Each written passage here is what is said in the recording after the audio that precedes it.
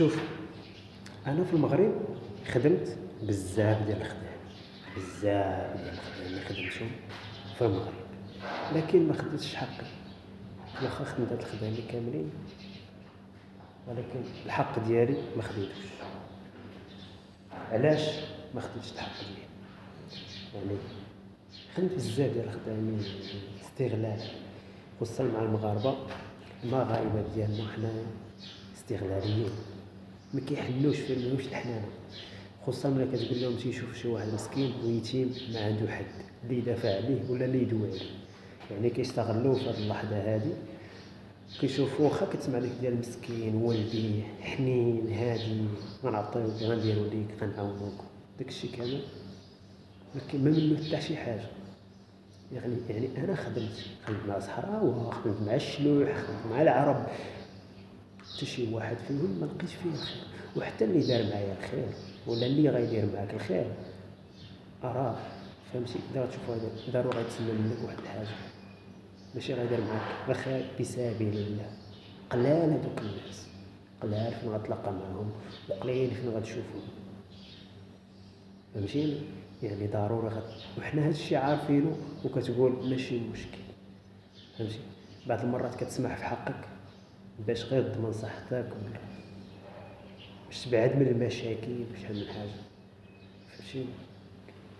كتسكت على حقك، واخا انت فاهم الدنيا وعارف شنو داير، ولكن كتسمح في حقك.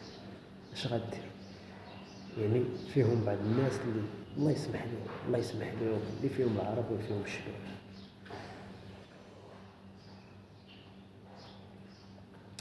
المهم صوت القهوه هذه قبيله واخا بردات وصوتها شويه قاصحه، قاصحه قاصحه وكحله، قاصحه وكحله. بغيت نقول غير هذوك الناس الله يسمح لكم، شفنا منكم بزاف ديال الحوايج اللي خايبين، ما ربحنا والو في هذيك البلاد. الحمد لله حنا خرجنا من البلاد وقلنا لهم حنا مساكن وما عندنا حد، ولكن كتاخذ حقك. كاين القانون، كتمشي للسبيطار، واخا ماشي السبيطار ديالك وماشي دولتك، كيعاونوك. كتمشي للسبيطار كيسبقوك، اشنو ضرك، اشنو خاصك.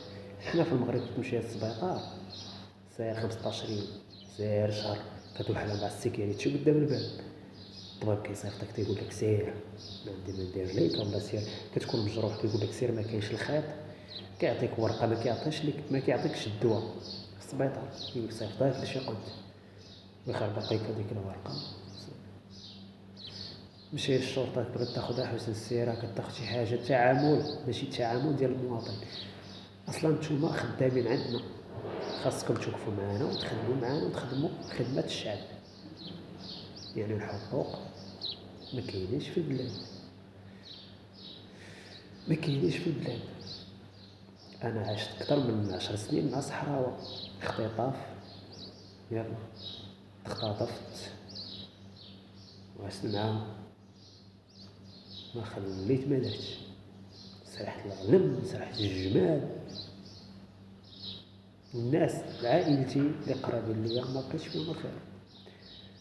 تحياتي لكم وبسلام عليكم، وان شاء الله غيطلع هذا الفيديو في اليوتيوب، ومن بعد الا دار شي تفاعل